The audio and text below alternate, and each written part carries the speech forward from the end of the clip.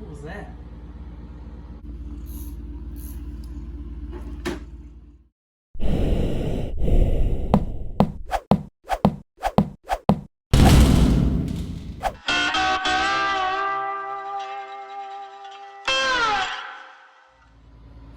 Check this out, guys. We have got the old circle track motor, the 5.3, came out of the Conquest, blown apart. We've done some little cleaning bits here and there. We still got to do some finishing touches on there before we can slap the heads back on there. But the reason it's apart is because, as you can see, we have our full array of Brian Tooley Racing valvetrain. Let me walk you through what we have here. So Brian Tooley Racing spec'd out for what we want to do with this car in the future. They spec'd out this ridiculous cam. We'll throw the specs in the comments below. This thing is absolutely going to be a thumper. It's got 600 lifts, something close to that. It's got a lot of duration, like 235, something crazy like that.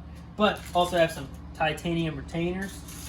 That's pretty freaking cool. We got little stuff like keepers and valve stem seals because we have to go to a different style because we have dual valve springs. It's a dual valve spring? Mm-hmm. Probably my favorite for what it looks like are these ridiculous chromoly single piece push rods. Just look at that. Does that not look racy car? 80 thou. 80 thou, would you say? With that being said, the Elder Guru is going to be putting the camshaft in this engine. Now, go ahead, you're more than welcome, go in the comments and tell me that my daddy is building my car for me. Because in a lot of ways he is, because with my history of valvetrain, I don't know what I'm doing. So, and we're going on a 1,400 mile trip in about, I don't know, 2 weeks. So this engine's got to get put back together, slapped in the car, and then we're going on Hot Rod Power Tour 2022. So that's going to be pretty freaking awesome. We're running a little bit behind schedule, I'm going to be honest. So Elder Guru has already been doing his checks and balances on the installed height of the springs and everything like that. So he's going to start assembling heads, and then we're going to get over here, and I'm going to be cleaning some stuff for him, doing all the little nitpicky stuff that we need to do, and then we're going to put the cam, slap the heads on it, and then our BTR valvetrain is going to be officially in the Galactic Conquest.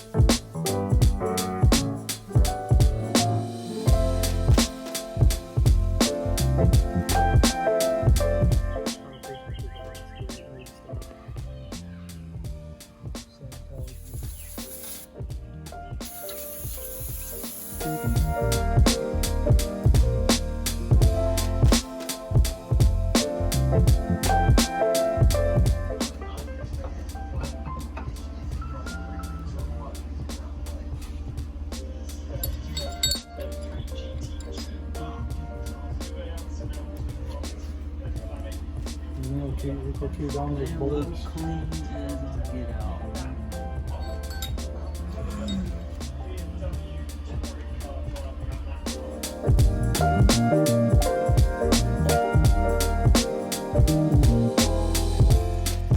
You go through the center here. And down there on the sprocket, down there. Center line of this. That lines up with that.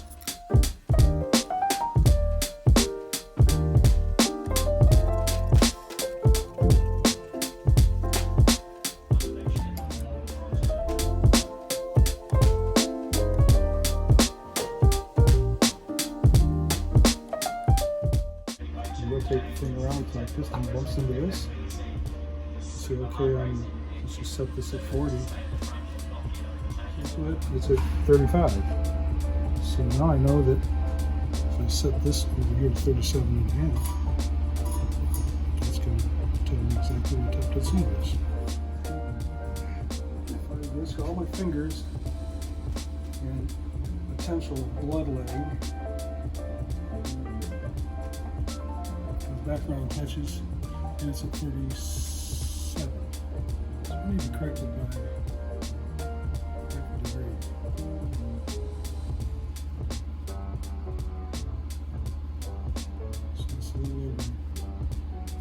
37 that way.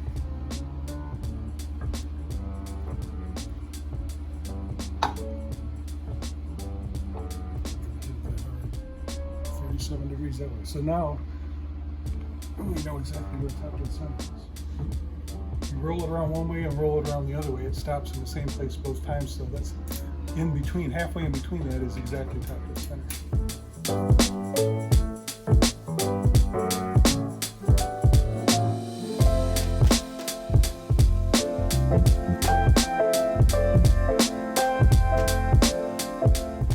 So this is 50 thou of lift is where it should tell us this thing should be intake open 9.6 degrees before top dead center. And so we're actually 12 degrees before top dead center. Since this thing is 4 degrees, is ground 4 degrees advanced, we're actually at 3 degrees advanced. So 9.6, we're not quite 4 degrees advanced. If this thing were installed the way that this thing's telling us, it would be reading 9.6, almost 10 degrees, and we're at 12 degrees. So is that correct?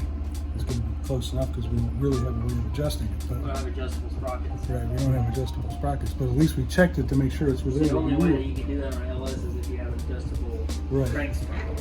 You buy a crank socket that's got like 6 different keyways in it. Mhm. These keyways cut different relative to that top reference tooth on the sprocket. Piston is moving up to push the exhaust out, and it's not even done doing that, and the intake valve is starting to open. It's called overlap. Overlap, And which makes the chop. before the piston even gets to top dead center, the intake valve is starting to open, so there's overlap. Exhaust valve is still closing, intake is opening. It takes a lot of inertia to make that whole process work. It works great from 3,000 on up to 7,000, 8,000, 10,000 RPM. But in an idle, it's really a challenge, and that's where a V8 engine sits there and lopes and chops. And it's because of that overlap. Because both valves are open at the same time, there's a lot of cross-contamination. There's not much inertia charge in the intake tract, forcing air in. And you have to do things like run it rich and monkey with the timing to get it even idle correctly. But it gives you that really cool sound, and when the engine comes up into 2,500, 3,000 RPM, that whole idea starts really paying off because there's enough inertia coming in on the intake charge, there's enough momentum for the exhaust to get out of the way, and that's how you make horsepower with a 4-stroke engine.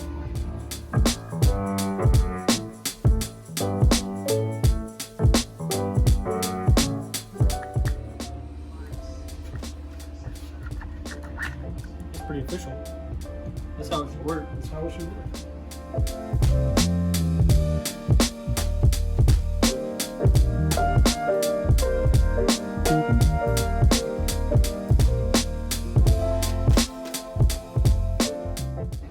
That looks pretty cool.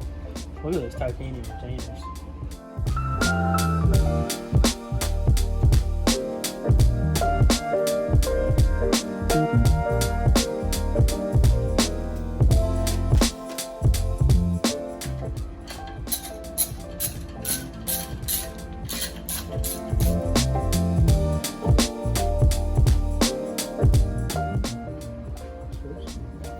There you go.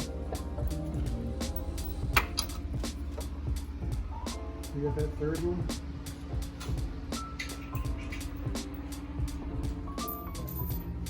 What was that?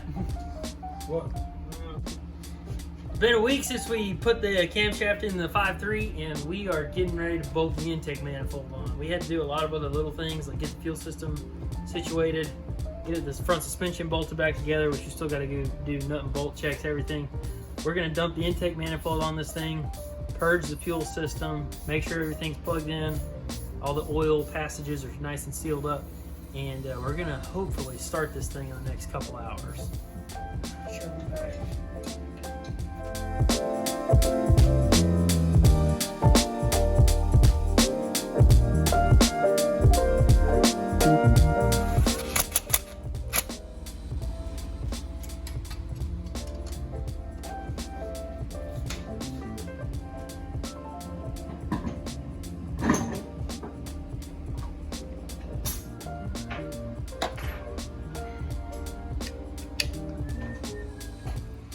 So one of the things we were struggling with before we got the BTR camshaft installed in this thing was high fuel pressure.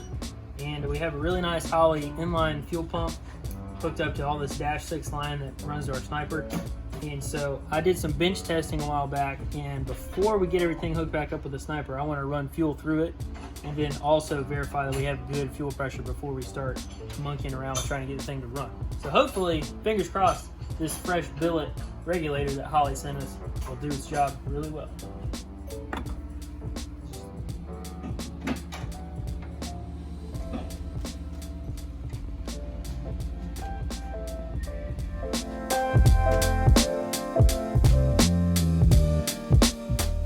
It is a circle track, no longer junk car, circle track. It's got a camera. Water in that one? Yeah, so is that a gallon? Let's go.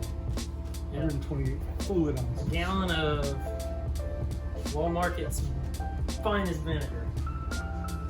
Trying to pickle the inside of this old Circle Track 5.3 because it is a skosh rusty. Yeah. The radiator, we flushed the radiator, took the engine, flipped it upside down, pressure washed it in and out. Pretty good. So we're gonna run some vinegar in it for a little while. With the auxiliary radiator in this thing, it truly does carry a lot of fluid in it because the heater core circuit is now a heat exchanger in the front of the car.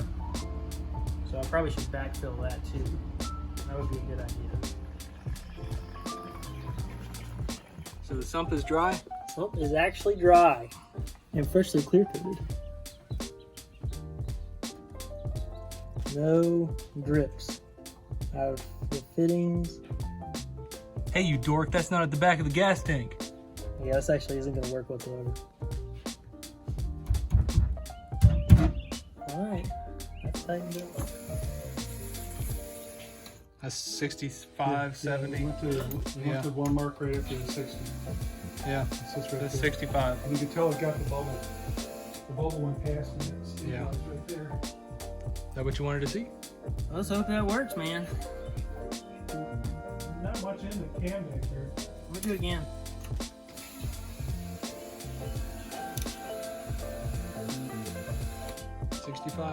Wait. Alright, I can live with that. Yeah, we got two inches in this one. Cool, that should, here, let me do it one more time, make sure the lines are clean. So that's half the reason I'm gonna do it too.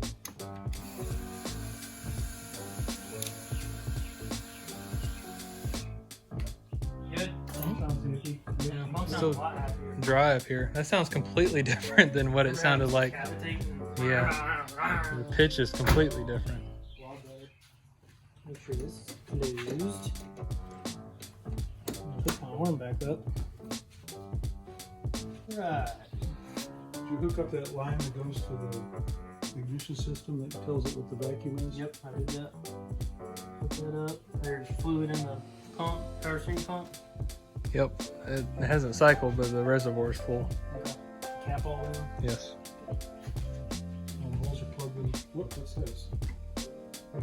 That's the screen. That's the screen. Alright, Is it time? it's time to start her up. Here's what Brian Tooley camshaft sounds like. Is that anxiety or just... It's a lot of anxiety.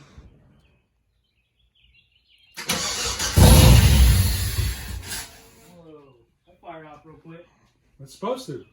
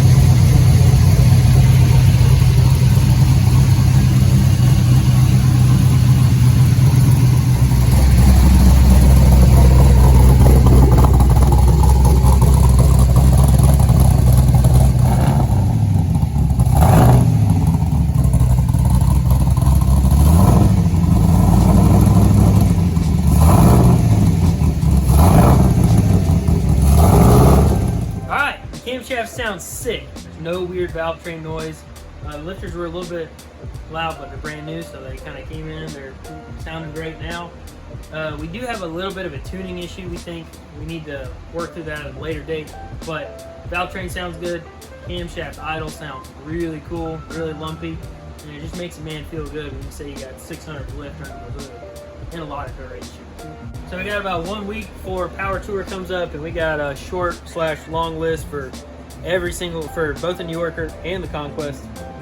Hopefully we can work through this tuning issue this week, get a couple miles on this thing so that we can actually make it through the 2,200 mile journey that's ahead of us. That's gonna be a heck of a gas bill for a fella, let me tell you. But we literally have 1 week from today to get everything ready, and then the next day should be packing. I know that's very, very generous to think that we can be completely ready, but we're gonna thrash this week, get everything done, get the tuning issue figured out, and hopefully just get this thing on the road with very little issues on Power Tour this year. So just to reiterate, guys, the Conquest is running way better than it ever has. That long block sounded strong, and that is only because of the hardware that we stuck in it from Brian Tooley Racing. I want to take a moment to give a quick shout out to Brian Tooley Racing specifically. Power Tour would not have happened for us this year were it not for their help. We reached out to them and they were super cool. We told them what our goals for the car were, and they said, hey, we'll make it happen for you. So I cannot thank them enough from the bottom of our hearts, not to be cheesy, but seriously. These are small time dreams for us, but they mean a lot. We all have full-time jobs, and we only have a few nights out of the week, maybe a full weekend day to really hit this stuff hard.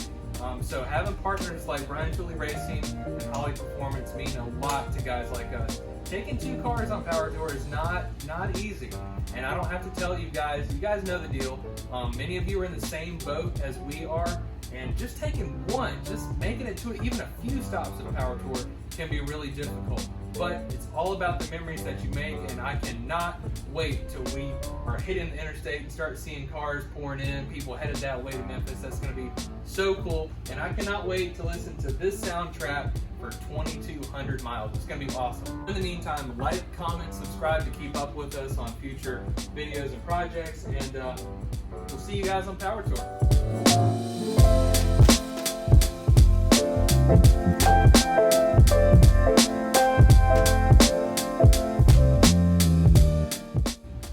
So in the meantime, like, comment, subscribe,